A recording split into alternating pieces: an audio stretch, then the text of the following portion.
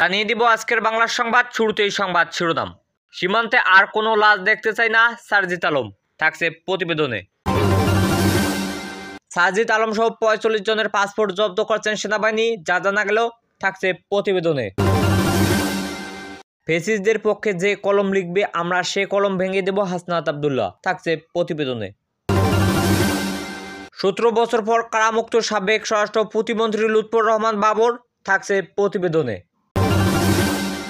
এদেশে আর ভারতের দাদাগিরি চলবে না হাসনাত, থাকছে প্রতিবেদনে।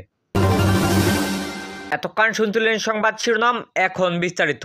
সীমান্তে আর কোনো লাশ দেখতে চাই না সারজিৎ আলম।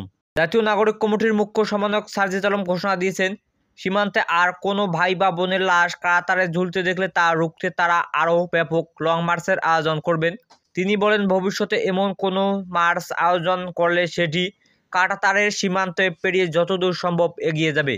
বৃহস্পতিবার ১৬ জানুয়ারি কুড়িগ্রাম জেলার কলেজ মোড় থেকে শুরু হওয়া মার্চ ফর ফেলানির কর্মসূচি শেষে নাকেশ্বরী আখারগঞ্জ বাজারে আয়োজিত সমাবেশে এ বক্তব্য দেন সারজিৎ আলম। লং মার্চটি শেষ হয় রামখানা ইউনিয়নের আখারগঞ্জ গ্রামে ফেলানির বাড়িতে গিয়ে।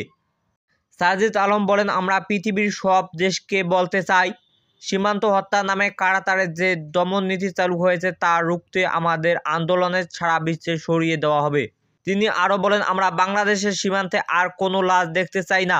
এর আগে যেসব নাগরিককে সীমান্তে হত্যা করা হয়েছে তাদের বিচার আন্তর্জাতিক আদালতে হবে। তিনি দাবি করেন, ছাত্র জনতার আন্দোলনের মাধ্যমে যে নতুন বাংলাদেশ গড়ে উঠবে তা নতজাতু পররাষ্ট্রনীতি মেনে নেবে না। তিনি সতর্ক করেন, ভবিষ্যতে কোনো সরকার ক্ষমতা ধরে রাখার জন্য অন্য দেশের দালাল হয়ে তাদের পরিণতি খুনি হাসিনার মতো হবে। লং মার্চের শুরুতে সারজিৎ আলম সীমান্ত হত্যার বিচার, মরণঘাতী অস্ত্রের ব্যবহার বন্ধ, শহীদ ফেলানির নামে কুড়িগ্রাম কৃষি বিশ্ববিদ্যালয় আবাসিক ভবনের নামকরণ, নতজাতু পররাষ্ট্রনীতির পরিবর্তনের সামান্য ভিত্তিতে নতুন পররাষ্ট্রনীতি গ্রহণ ও কুড়িগ্রামের চরের উন্নয়নে নদীর সংস্কার সহ ৫ দফা দাবি উল্লেখ্যে ফেলানি হত্যার ১৪ বছর পেরিয়ে গেলেও এখনও এর বিচার হয়নি। সারজিৎ আলম এই বক্তব্য সীমান্ত হত্যার বিচারের আদায়ের জন্য জনগণের মধ্যে নতুন করে সাড়া ফেলেছে। সারজিৎ আলম সহ ৪৫ জনের পাসপোর্ট জব্দ করেছেন সেনাবাহিনী, যা জানা গেল। সারজিৎ আলম সহ ৪৫ জনের পাসপোর্ট জব্দ করেছেন সেনাবাহিনী। তারা ইউরোপে যাওয়ার প্রস্তুতি নিয়েছিলেন। বেশ কয়েকদিন ধরে সামাজিক যোগাযোগ মাধ্যমে ছড়িয়ে পড়েছে এমন এক খবর। এখানে দাবি করা হয়েছে, জাতীয় নাগরিক কমিটির মুখ্য সমন্বয়ক ও জুলাই শহীদ স্মৃতি ফাউন্ডেশনের সাধারণ সম্পাদক সারজিৎ আলম সহ ৪৫ ব্যক্তির পাসপোর্ট জব্দ করেছেন বাংলাদেশ সেনাবাহিনী। তবে দাবিটি সম্পূর্ণ মিথ্যা বলে জানিয়েছেন তথ্য যাচাইকারী সংস্থা রিউম্যান স্ক্যামার।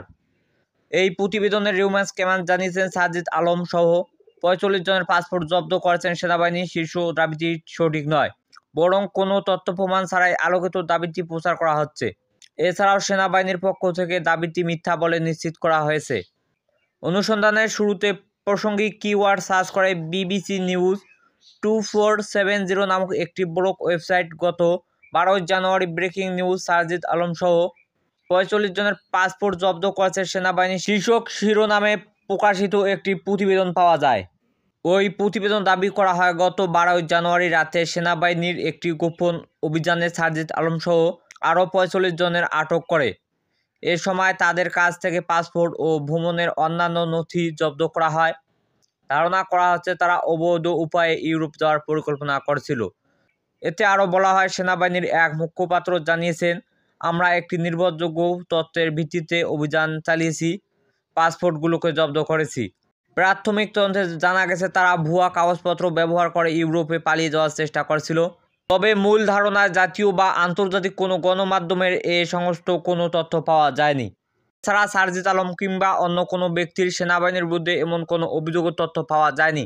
এরপর বিষয়টি যাচাই করে জানা যায় এটি একটি মিথ্যা সংবাদ।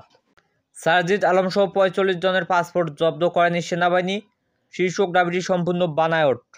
ফ্যাসিস্টদের পক্ষে যে কলম লিখবে আমরা সে কলম ভেঙে দেব হাসনাত আব্দুল্লাহ। ফ্যাসিস্টদের পক্ষে যে কলমগুলো লিখবে আমরা সে কলম ভেঙে দেব বলে মন্তব্য করেছেন বৈষম্য বিরোধী ছাত্র আন্দোলনের আহ্বায়ক হাসনাত আব্দুল্লাহ।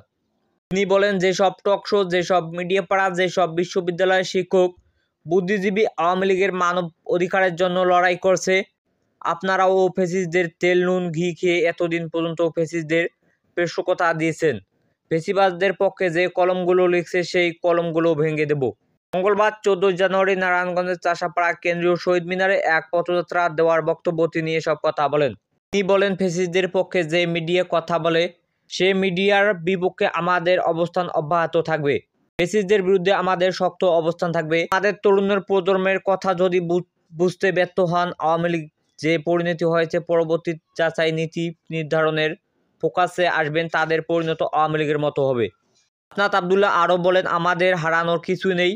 আওয়ামী লীগ বাংলাদেশের পুনর্বাসিত হবে কি না সেটার চূড়ান্ত সিদ্ধান্ত হয়ে গিয়েছে 5ই আগস্ট। যারা পুনর্বাসনের কথা বলছে তাদের বলতে চাই, আওয়ামী লীগের রাজনীতি পুনর্বাসিত হবে কিনা সেটা এখনো প্রাসঙ্গিক আলাপ নয়, বরং আওয়ামী লীগ ওয়ার্ড থেকে শুরু করে কেন্দ্র পর্যন্ত প্রত্যেকটা নেতাকর্মীর বিচারের আওতায় আনতে হবে। তিনি আরও বলেন, তাদের বিচার নিশ্চিত না হওয়ার জন্য যারা আওয়ামী লীগের পুনর্বাসনের কথা বলেন, যারা বলবেন নির্বাচনে অংশগ্রহণমূলক হবে না, আমরা ধরে নেব আওয়ামী লীগের সঙ্গে তাদের স্পন্দন আছে। পদযাত্রায় আরও বক্তব্য রাখেন জাতীয় নাগরিক কমিটির যুগ্ম সদস্য সচিব আবদুল্লাহ আল আমিন। ওই দিন জুলাই বিপ্লব ঘোষণাপত্রের দাবিতে কেন্দ্র ঘোষিত সংসদের কর্মসূচি ও অংশ হিসেবে নারায়ণগঞ্জে লিফলেট বিতরণ, গণসংযোগ ও পথযাত্রা আয়োজন করেন জাতীয় নাগরিক কমিটির বৈষম্য বিরোধী ছাত্র আন্দোলন।